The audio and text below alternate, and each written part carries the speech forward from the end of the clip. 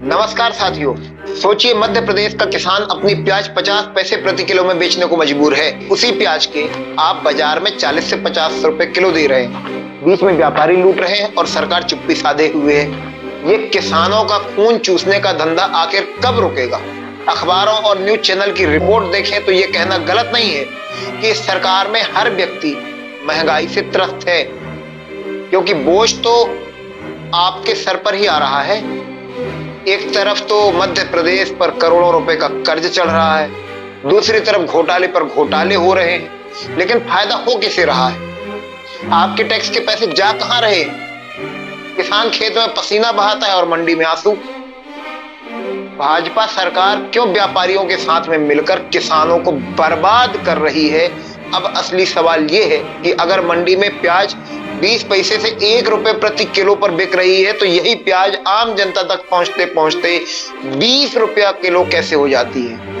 बीच में कौन है जो 100 गुना अधिक मुनाफा कमा रहा है?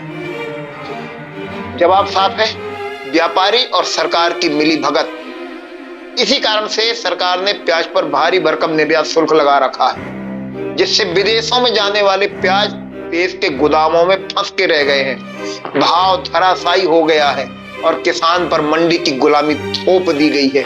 जब किसान सड़कों पर प्याज फेंक रहा था, उस समय सरकार बड़े बड़े उद्योगपतियों के साथ मीटिंग खेल रही थी, निवेश सम्मेलन की फोटो खिंचवा रही थी।